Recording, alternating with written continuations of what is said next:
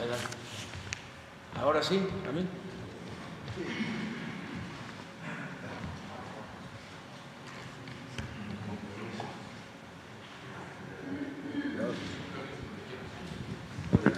Muchas gracias, señor presidente.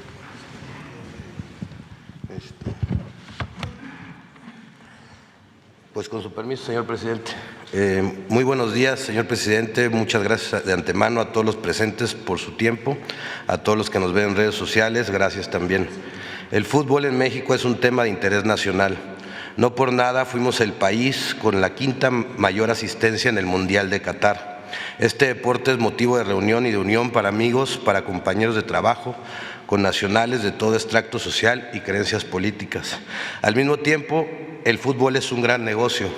Estimaciones señalan que mueve en el país unos 2.800 millones de dólares al año, de los cuales la Federación Mexicana de Fútbol pudiera abarcar cerca de la mitad. Desde hace algún tiempo, este enorme botín ha traído a muchas personas con ambiciones desbordantes, promotores y dueños que poco a poco han ido desvirtuando el espíritu deportivo del fútbol nacional para darle prioridad a sus ganancias. Este afán por el dinero los ha llevado a romper las reglas de competencia, a cerrarle el paso a talentos e incluso a incurrir en prácticas que son muy difíciles de no verlas, como corrupción y evasión fiscal. El fútbol profesional es un negocio privado, eso es cierto, pero también es cierto que toca a la esfera pública. Primero, por ser un tema de interés nacional. Segundo, por su amplio manejo del dinero público procedente de los estados y por gozar estos clubes de considerables condonaciones de impuestos, además de que les concesionan los estadios que les pertenecen al pueblo. Tercero, por el interés colectivo de miles y miles de jóvenes que depositan en estas instituciones su futuro y sus esperanzas. Cuarto, por los amplios indicios de defraudación fiscal que lesionan las arcas públicas. A estas razones y en vista de la coyuntura actual, añadiría una quinta. Estas prácticas retrasan el desarrollo deportivo del país, como acabamos de atestiguar todos. México no puede permitir que estos grupos de interés continúen matando más generaciones de jóvenes con talento. Este reportaje tiene la intención de mejorar, corregir y no de perseguir. La intención es que nuestros jóvenes tengan mejores oportunidades, que haya igualdad entre hombres y mujeres y que tengamos un mejor nivel deportivo. No está de más decir que cualquiera de los mencionados en este reportaje tiene garantizado su derecho de réplica en el portal Quintana Roo MX. Doy inicio a mi presentación, señor presidente, no sin antes agradecer esta oportunidad.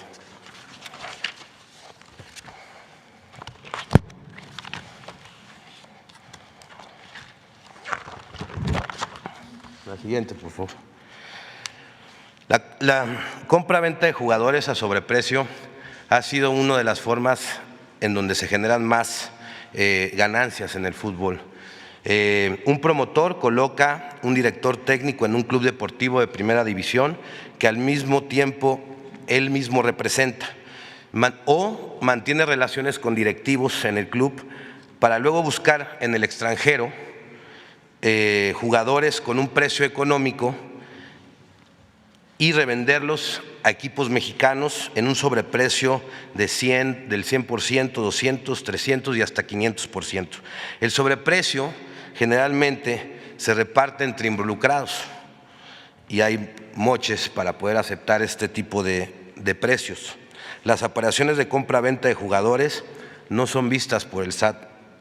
Y pongo algunos ejemplos de una transacción de un correo electrónico entre promotores en donde pues básicamente están diciendo, este correo es del 2012, están diciendo que pues el precio del jugador real, que por ejemplo en el caso del jugador Funes Mori, en ese momento su precio real era de 2.5 millones de euros y lo querían vender en 4.5 millones de dólares.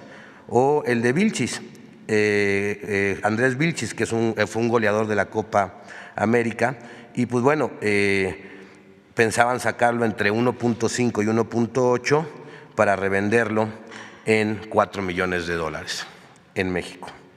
Bueno, también hay un correo electrónico en donde precisamente los promotores mandan un correo electrónico a un club deportivo de Colombia, en donde presumen que también son representantes de varios directores técnicos en México, y ahí mencionan a muchos directores técnicos que, pues bueno, juegan todavía y son muy prestigiados en México. Este apartado lo documenté muy bien en un reportaje que escribí en el Quintana Roo MX que se llama El Cártel del Gol. Hay ejemplos muy claros ahí, y pues bueno, pues me voy a pasar a la siguiente lámina. Luego, los contratos privados para evadir impuestos. El capítulo 5 del Reglamento de Transferencias y Contrataciones de la FIFA establece que en su apartado quinto, en el artículo 51, que todos los pagos de las operaciones celebradas tanto de contado como a plazo se efectúan obligatoriamente a través de una cámara de compensación. Esa cámara de compensación tampoco está regulada por el SAT, tampoco tiene, digamos, una vista. Y ahí pongo un ejemplo de un correo en donde precisamente el Club Atlas, en una negociación con un promotor, le decía que al momento de documentar esto, ustedes me solicitaron hacerlo en 2 contratos, uno oficial para registrar frente a la Federación y otro complementario donde se complementan los salarios y todo. Y estos contratos, pues bueno, pues también vimos aquí la compra del Club Pachuca, que realizó con una operación con un jugador de $7.5 millones a una empresa que se llama Colarca SADCB, que en fuentes abiertas pues pudimos ver que es una importadora. Y pues bueno, este es el uso, digamos, de los contratos dobles. Y para dejar más asentado este tema, voy a presentar una grabación entre un presidente de la Federación Mexicana de Fútbol en activo con un presidente de club, en donde precisamente ellos hablan de los contratos por fuera y por dentro. Contratos por dentro es peculiarmente interesante porque está hablando el presidente de la Federación Mexicana de Fútbol y pues está violando su propio reglamento, ¿no? Porque se supone que debería de pasar todo por la Cámara de Compensación, pero pues él mismo está diciendo. Entonces, pues, no sé si lo podamos escuchar. ¿Y tú? ¿Seguías viviendo en Honduras y todo? Todo bien, gracias a Dios. Bueno. Oye, gordito lindo, Mande. un favor, gordito, no me ha pagado Morelia, no me ha pagado Tijuana. Este estado encima de No son de mamadas, Álvaro. cabrón, son mamadas, cabrón. Diga Guzmán, gordo, que no mames. Diga Guzmán también. Que no chingue, gordo, lleva más de 2 meses. Creo que hay una bronca con el de, aunque Bonilla y yo hemos estado sobre eso, pero el de Morelia es por afuera, ¿no? Sí. ¿Y Sí. ya lo metiste? No, eso es lo que tengo que, por eso te hablaba, también hay que meterlo antes, ¿verdad? De la liguilla y todo este pedo, ¿no? Sí, porque eso sirve, güey, porque hoy, por ejemplo, Sí. mañana gana el Morelia y se mete a los cabrones. Sí, es que bueno que me dices, ¿de qué te mando? La carta y el contrato firmado por ellos, ¿verdad? El convenio. Sí, mándaselo a Enrique. Bueno, gordito. Para que lo meta a controversias y inicies la controversia. Pues sí. Pues No quiero ese pedo, pero no mames, cabrón. Y también el pinche Jorge ni me contesta, gordo. Tank. ¿Cuánto Ni me contesta. No, ahorita 15 millones de hace 2 meses, gordo. Y eso está por dentro, gordito. No, ese sí está registrado, sí. Veracruz me debe también, gordo. O sea, es que... Sí, Veracruz anda colgado también. No, gordito, es que sí está cabrón. Ojalá y se metan, como tú dices, para que ahí nos agarramos de los huevos, cabrón. Exactamente. Pero lo que sí me da, o sea, a uno le exigen mi gordito puta madre, cabrón. Yo que yo así, pero volvamos de la verga. A todos No, los yo nunca le fallo a nadie. Nunca le fallo cuando a nadie. están por afuera, está cabrón. Pero ya ves por dentro también de Tijuana, cabrón. Bueno, pero ahorita pero este güey, como siempre se espera el último día, le dijo puta. No, pero ahorita nada, porque ahorita le habla Jorge. Nunca le fallé, fueron $9 millones que le pagué, todos le he pagado, y este hijo de puta, no mames. O sea, y contrato un técnico, Miguel Herrera, de $1.5 million, siquiera Zambuesa, que gana, o sea, no mames. O sea, que cinismo, cabrón. Es lo que me imputa, cabrón. Ahorita Perdóname, gordito, que No, que no, yo Enrique no, le he molestado, pero es que tú tienes más peso, gordito. No, no te ¿Tienes? Ahorita Y ahorita qué bueno que me dijiste porque tengo que meter el contrato privado a controversia. Tomás, avísale a Álvaro, ¿no? Sí. Peculiarmente es interesante porque hablan de los contratos por fuera y por dentro, y está hablando Decio de María, quien era el presidente de la Federación Mexicana de Fútbol, con un presidente de club, y bueno, pues complementando la información, después Decio de María le marca precisamente a Jorge y le pide que le pague por favor a Jesús Martínez. También tenemos esa grabación que no la incluí. Entonces, pues voy a pasar a la siguiente, la presunta compra irregular de un club. La franquicia Delfines, quien era el expropietario Amado Ñáñez, el de Sonografía, que fue incautada por el SAE, la Federación Mexicana la desbloquea y se la vende en el 2016, o la vende, más bien dicho, en el 2016 la comercializadora e innovadora de Monterrey SADCB, cuyo giro es la instalación de redes y sistemas tecnológicos.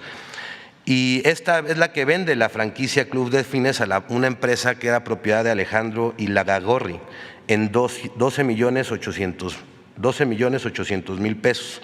Se la vende a una empresa que se llama TM Sports Club, SAPI, de CB, propiedad de Alejandro y de la familia San Román. Luego de esta transacción, ellos le cambian el nombre y le ponen la Jaiba Brava de Tampico. Para luego, en la siguiente, por favor. Para luego, desde el gobierno de Cabeza de Vaca, empezar a bajar dinero público del estado de Tamaulipas en las cantidades que le dio. Esta información es de Elefante Blanco, donde le dio a Tamaulipas 58 millones de pesos anuales a este club. Lo sacaron desde varias secretarías, ¿no? Sacaron desde la Secretaría de Educación, la Secretaría de Desarrollo Económico, la Secretaría del Bienestar, la del Instituto del Deporte, la Coordinación de Comunicación Social, la Secretaría de Desarrollo Urbano, la Secretaría de Desarrollo Económico, la Secretaría de Bienestar Social, la de Educación y la Secretaría de Seguridad Pública. En estas cantidades, el gobierno de Tamaulipas pues dio esta cantidad de dinero.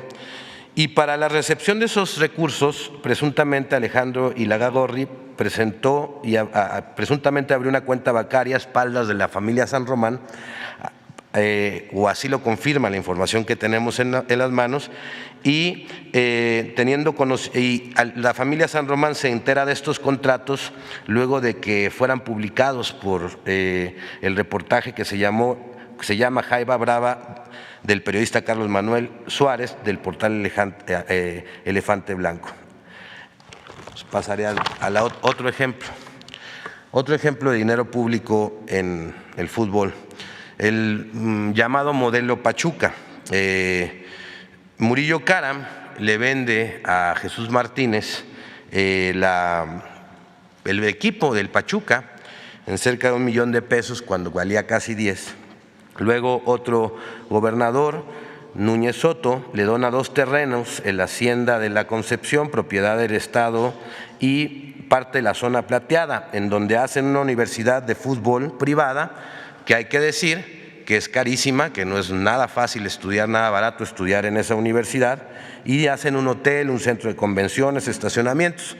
El regalito aproximadamente fue de 2,000 millones de pesos pertenecientes a los hidalguenses. Luego Osorio Chong también, como gobernador de Hidalgo, también da dinero público para hacer lo que se convirtió el Salón de la Fama. Siguiente. Estas son condonaciones de impuestos que se le han hecho a clubes. Felipe Calderón y Enrique Peña Nieto le condonaron 2,620 millones de pesos de impuestos a 12 clubes entre 2007 y 2018. Tenemos que al Cruz Azul le condonaron cerca de los 330 millones, al Toluca 28, al Atlante 61, al Guadalajara 9, al Templo Mayor de Chivas 4, a la Promotora Deportiva Guadalajara 468 millones, al Club Atlas 348, a Pumas 14, a Pachuca 7, a Impulsora Fútbol de Aguascalientes 7, al Veracruz 253 millones y al Club Monterrey 1,084 millones. Sí quiero decir que esta no es toda la información, hay más condonaciones, pero no pudimos accesar a esta información. De hecho, esta información fue relevante porque se tuvo que entablar un juicio para poder que se hiciera pública y bueno. Luego viene pues la violación al artículo 4 de nuestra Constitución, que habla de la mujer y el hombre son iguales ante la ley. Esta protegerá la organización y el desarrollo de la familia. También en el mismo artículo habla de que toda persona tiene derecho a la cultura física y a la práctica del deporte. Sin embargo, las jugadoras profesionales de fútbol en México pues no tienen los mismos oportunidades de salario que tiene un varón. Y esto, pues las mujeres ganan entre 6,000 y 60,000 pesos, mientras un hombre puede ganar desde 100,000 hasta 5 millones de pesos mensuales. Cuando investigué sobre este tema me decían es que no es negocio el tema del fútbol femenil o no llenan los estadios, pero también hay que decirles que pues tampoco hacen la misma publicidad, que tampoco hacen la misma mercadotecnia, que tampoco impulsan al fútbol profesional femenil como impulsan el varonil, y esto es una desigualdad que hay en el fútbol entre los hombres y las mujeres. Ahí puse 2 contratos que tienen ejemplos de salarios de una mujer y un hombre. La siguiente lámina, por favor. Aquí pongo actos inmorales antideportivos que se dan en el fútbol. Por ejemplo, el cobro a padres de familia para que sus hijos debuten o tengan más minutos de juego. Tenemos documentados más de 50 casos de padres de familias quienes por miedo de represalias contra ellos o sus hijos pues han pedido anonimatos en donde les piden dinero precisamente para debutar a sus hijos, para poder debutar, hacerlos jugar. Como ejemplo tenemos el caso de Jesús, quien señala al profesor Gonzalo Román Bolaños de haberle pedido 400,000 pesos en concepto de patrocinio para debutar a su hijo en el Alebrijes de Oaxaca. También en este caso hay otro, ya tiene una denuncia penal contra otro promotor que le cobró otro dinero para poderlo debutar en otros clubes.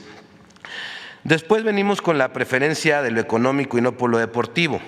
El afán de priorizar los beneficios económicos para los dueños de los clubes, estos toman la decisión de eliminar el ascenso y el descenso, lo que ha perjudicado el nivel de competitividad en la Liga MX. Y pues bueno, lo hacen para que sus clubes no bajen, y porque cuando baja un club a la Liga de Expansión, pues baja considerablemente el precio de la franquicia y las ganancias que tienen de ellos. También hoy en día cada club puede tener hasta 8 extranjeros jugando en la cancha, lo que limita el espacio a los jóvenes talentos mexicanos y fomenta el negocio de la compra-venta de jugadores a sobreprecio y el presunto fraude fiscal del que habíamos hablado en la primera lámina. Antes no era así, antes había nada más 5. Y la multipropiedad, que está prohibida por la FIFA, la cual ha aumentado en los últimos años en México y que causa un grave conflicto de intereses en el fútbol mexicano. Siguiente. Esta me trajo mucha la atención porque la mayoría de los ciudadanos creemos que los Pumas son de la Universidad Autónoma de México, pero no, en realidad son del Club Universidad Nacional AC, una asociación civil con una personalidad jurídica propia, ajena a la universidad, a la cual están integrados empresarios, periodistas, políticos, exfuncionarios de la universidad y funcionarios activos que necesitan tener en esa asociación. Y pues uno de los que es dueño aparece como socios en la parte de los Pumas, pues imagínense, es Ciro Murayama Rendón, consejero del INE, Jorge Espinosa de los Monteros, quien es promotor y vende jugadores también. De hecho, a él se le achaca, ahorita a él se le da que hayan contratado a Dani Alves ahí en los Pumas, o sea, un grave conflicto de intereses, ha vendido muchos jugadores en México, es perteneciente al reportaje que escribí del Cártel del Gol como uno de los operadores, promotores con más transacciones que lo hacen a través de prestanombres, que esto es importante. Llegar a ellos es muy complicado porque usan a otro para llegar a esa transacción.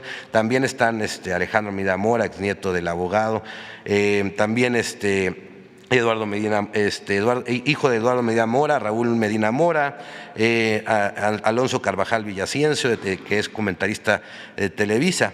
Y bueno, este reportaje fue publicado por Mauricio Romero en el portal Aristegui Noticias y pues bueno, es bien interesante porque la universidad le da 50 millones de pesos anuales y le presta el estadio a esta asociación para que puedan llevar a cabo sus actividades. Y me llama mucho la atención porque antes de hacer esta separación, todos los jugadores que salían de la UNAM pues tenían que estudiar y tener una profesión para poder seguir jugando, y por eso vimos la generación de Hugo Sánchez, y por eso el máximo goleador de nuestro país pues también es odontólogo, y dentro de sus compañeros pues había veterinarios y otro tipo de profesionistas. Hoy en día ya no necesitan estudiar los jóvenes y muchos ponen su esperanza en el fútbol y después no los debutan y después los engañan, les cobran, ¿y qué pasa? Pues se quedan sin una carrera, sin una aspiración o con una preparación académica y los frustran. Y tengo documentados varios casos de jóvenes que tienen 24 años, no los debutaron, son excelentes jugadores, han jugado en la selección nacional, club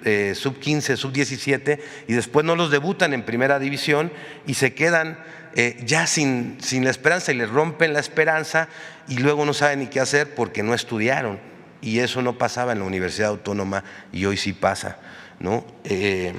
Y bueno, pues el fútbol se le quitó a la universidad. Tengo una serie de conclusiones que me gustaría decir, que hay una falta de regulación por parte del Estado muy grande en el fútbol, y esto complica la recaudación y fomenta el lavado de dinero y la evasión de impuestos. Se debe fortalecer a la Comisión de Apelación y Arbitraje del Deporte, la conocida como el CAT, y se debe prohibir que cualquier persona vinculada a un club deportivo sea presidente o consejero de esta asociación, de esta institución. El CAT debe de abrir carpetas de oficio cuando un hecho público notorio denuncia alguna irregularidad en el fútbol y debe de tener carácter coercitivo porque en este momento no lo tiene. También una tercera recomendación es quitar del control de la Federación Mexicana a las televisoras. Hoy en día las televisoras tienen el control de la Federación y de la Selección Mexicana y pues yo a modo de sugerencia pues a lo mejor estaría muy bien nombrar un comisionado, un comité regulador conformado por especialistas independientes en fútbol que vigile el buen funcionamiento de la selección y de los jugadores y el cuerpo técnico, la selección de ellos. La selección mexicana debe de ser de los mexicanos y no de los negocios de pocos y los intereses de pocos. Llevan nuestro nombre, nuestro país, nos representan, y hoy en día yo la verdad no me siento representado por la selección mexicana, que pues básicamente representa el interés de 2 televisoras y que de unos cuantos personas que pues bueno han encontrado un gran negocio ahí. Yo no me siento representado por ello. 4, fomentar la creación de escuelas de fútbol públicas y privadas, corregir la desigualdad entre hombres y mujeres, y debe ser sancionado esa parte y corregirla de manera inmediata. Y 6, todas las compras de ventas de jugadores deben regularse en un marco legal que cierre el paso al sobreprecio, a la evasión de impuestos y al lavado de dinero. Y 7, pues reducir la cantidad de extranjeros autorizados para jugar en la cancha y para que tenga cada club, para que tenga más oportunidades, porque aparte en los extranjeros está el negocio, no en los mexicanos. O sea, cuando hacen una compra-venta de un jugador, pues generalmente pues son extranjeros. Y el tema es muy amplio, hay muchas cosas que decir del fútbol, me hubiese gustado abarcar más temas, pero pues está el tema de Cruz Azul, está el tema de las Chivas, que es interesante el tema de las Chivas porque hay una sentencia que se tiene que ejecutar en la Corte para regresarle el equipo a una asociación civil que le vendieron de manera irregular al fallecido Vergara y que pues bueno, no han podido ejecutar su sentencia y regresar el equipo a la asociación civil. Y ese caso es bien interesante porque ¿qué pasó? La asociación civil de un plumazo y por palancas la convirtieron en una empresa privada. Es como si convirtiéramos la Cruz Roja de repente en un hospital privado y entonces pues bueno, pues le quitaron el patrimonio a muchos asociados del Club Chivas. Hasta el día de hoy, 20 años después, no han podido ejecutar su sentencia, aunque es un amparo que ha dictado la Corte y no le han regresado el club a la asociación que le pertenecía. Pues eso sería todo y pues bueno, pues muchas gracias por escucharme.